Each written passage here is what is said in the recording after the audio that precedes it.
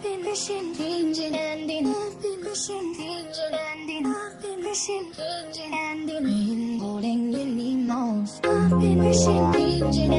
yeah.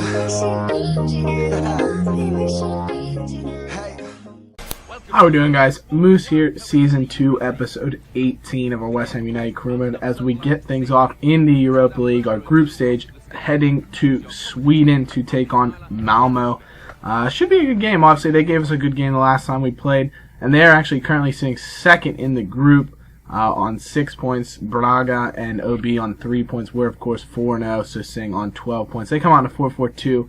Taking on our 4-2-3-1, obviously with our second choice squad, our rotation squad that we've been playing in all the cups and domestic cups and things like that. So we get things started off. Dos Santos playing a nice free kick for Kevin Ollie, turns his head on it, but just wide of the goal. Didn't look to trouble the keeper, though he looked to be able to comfortably take that one. But Malmo coming back here in the 30th minute. Nice ball played into Mullins. He tries to hit on the volley, but it's a good save from the keeper, Henderson. Mullins then plays in across here, looking for his man. It's eventually played to the back post, and it's a great finish from Pakalski to give Malmo the lead in the 35th minute. So we're behind. Not often do you see that of us here in the EuroLeague, but it's a good ball in. We just lose our man on the back post, and of course he's kept onside by that man on the line there, Dos Santos. So disappointing there, but Downing now plays the ball across to Kevin Nolan. He then finds Joshua Gadd, who steps inside his defender and smashes a shot in the top left corner with his left foot. An absolute thunderbolt from Joshua Gatt, who has scored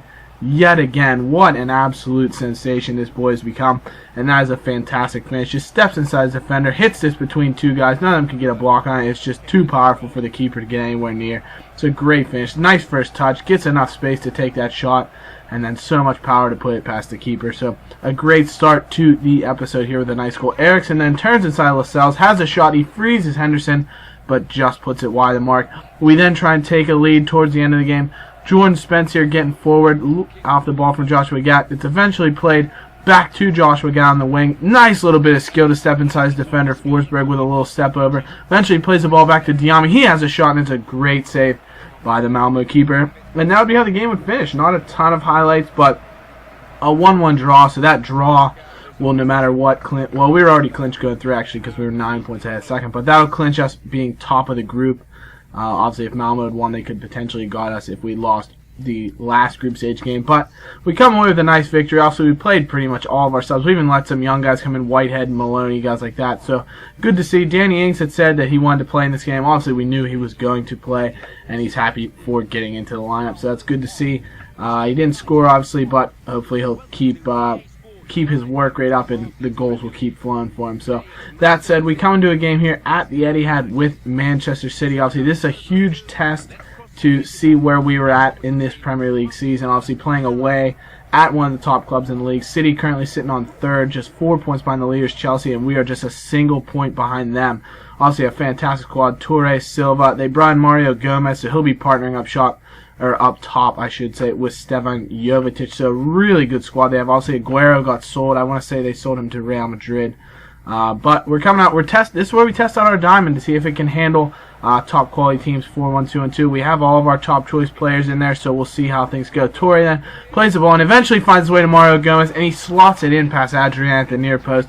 Really should be doing better on a play like that, obviously, as he gets beaten at his near post on a shot just in the bottom corner. Disappointing, but Jarvis then coming the other way. Nice ball played forward to him. Looking to play the ball back to Andy Carroll. He volleys it, but a good block by Julian Lescott to keep things at 1-0 City. Lacazette then plays the ball wide to Matt Jarvis. We're just trying to get a little bit of pressure. Plays it back to Lacazette. Has a shot, but it's right at Joe Hart, and it's a simple save for him to push it out wide. We keep trying to pound the pressure, but a terrible giveaway by Jarvis allows the ball to find its way to Toure. Back to Jack Rodwell, and that's a good save from Adrian. Two strong hands of the ball to punch it away. But Yaya Toure continuing to show off his strength, holding off Luke Shaw from ever getting a touch on the ball. Winston Reed tries to clear it away, and Gomez's follow-up just goes wide. Gomez then trying to create some havoc, plays the ball to the back post. Trippier is able to clear it away, but only as far as Jovetic, who's able to play it back to David Silva. City just piling on so much pressure. Look at the control from City.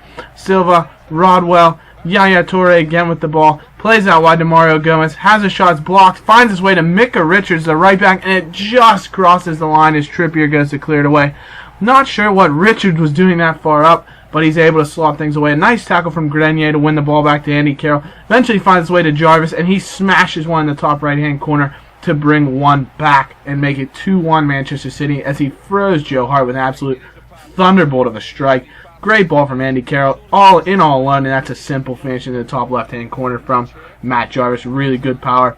Lacazette then plays Grenier through off a nice play by Trippier. Grenier goes for the top corner trying to equalize it, but just puts it wide. We then get another great chance as Adrian's clearance goes to Andy Carroll, back to Grenier. He then plays the ball forward to Lacazette, sees a run of Ravel Morris on the back post, but he just takes a touch. His first touch control lets him down there, and Manchester City able to get back for a block. City then trying to come back. Navas with a great strike, but Adrian does well to palm it away.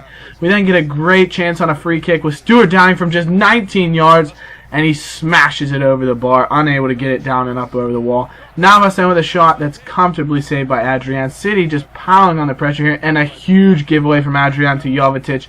Eventually finds its way into Negredo, does well around a couple flying defenders, and just simply slides it under our Spanish goalkeeper. So, a terrible giveaway from Adrian. Certainly not something he wants to put on his highlight reel, and it leads to a Manchester City goal. Then in the extra time, David Silva, nice bit of close control. Negredo gets around. Adrian makes a save, but the rebound's palmed only as far as Jesus Navas, who comes in, has a shot.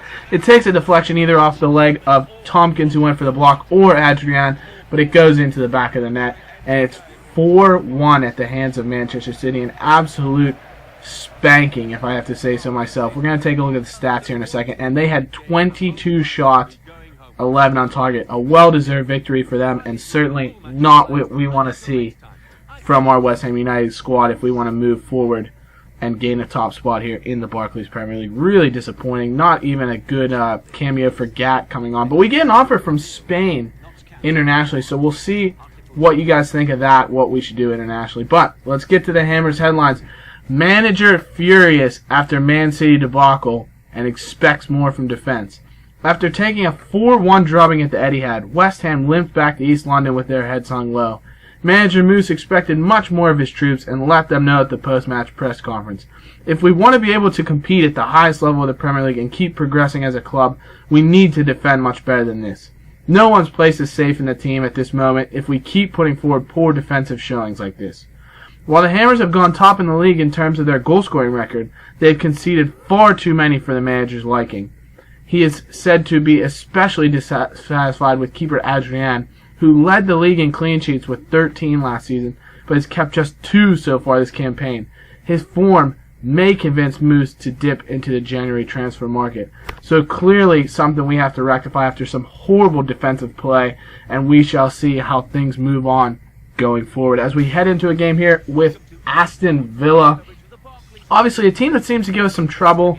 They always seem to play really stout defensively. I know we had a 1-0 loss to them after absolutely dominating them in the last Premier League season, but we have them at home, and obviously we can help to translate that into a victory. As we take a look at the table, we currently dropped all the way down to 7th after that game, but a win would put us back into 5th, as that would put us level on points with Arsenal and Newcastle, but we would have the tiebreaker on goal difference. So we run out the 4-1-2-1-2 again.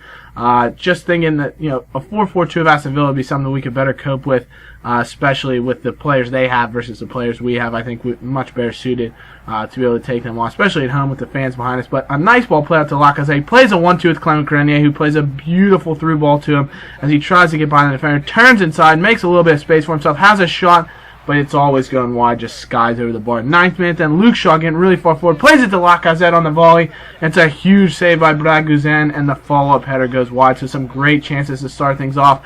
But Aston Villa, not to be outdone, El Hamidi has a shot from well outside, and Adrian makes a strong save, trying to come back from his tough performance against Manchester City. Grenier then plays a header, or a ball in. Andy Carroll gets a head on it, and it's his 14th goal in the league. Wondering what Brad Guzan's doing there. He's got to come out and claim that. Look how close he is to his goal, but we'll certainly take it all day as Carroll with so much power just puts it right in the back of the net. Joshua Gatton actually got to start over Jarvis, who I didn't think played particularly well in the last few games. Lacazette comes through on a beautiful ball from Gatton. That's a good save from Guzan. Grenier then plays Andy Carroll through with a nice bit of play. Sees the run. He's got all kind of space. Stops, plays it back for Grenier, lays it off for Joshua Gatton. Has a shot, and it's a good save, but right at Brad Guzan. We then get a corner in the 45th minute, played in for Tompkins. It's played back to Morrison, has a shot. He hits the bar behind Guzan after a little bit of a deflection, and we're unable to take advantage of that. So disappointing. We strike the bar. Could have been 2-0.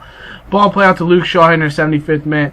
Looking to Michael Bradley. Some nice bit of passing play. Good intricate play into Lacazette. Turns the defender. Has a shot. And he's hit the bar again. So 2 posts in this game as Lacazette hits a thunderbolt off the crossbar. But that will do it for this game. It's a huge 1-0 victory. I'll say a clean sheet is exactly what we need after giving up 4. And we just dominated. 1 shot on target from Aston Villa. Obviously that El Hamadi effort early on in the first half. Michael Bradley, your man of the match, with a fantastic performance, though. Good to see Adrian getting back in terms of clean sheets. That's something he'll need, a good confidence booster for him. So we get a couple scouting updates to finish out this episode. Obviously, we signed a guy, I want to say Guardado here. He looked to be a good player, 77-94 potential, and we get one more scouting report from England. So that'll be it for this episode, guys. Hope you've enjoyed it, and we'll see you in episode 19. Be sure to leave a like and subscribe, and we'll see you then. Bye-bye.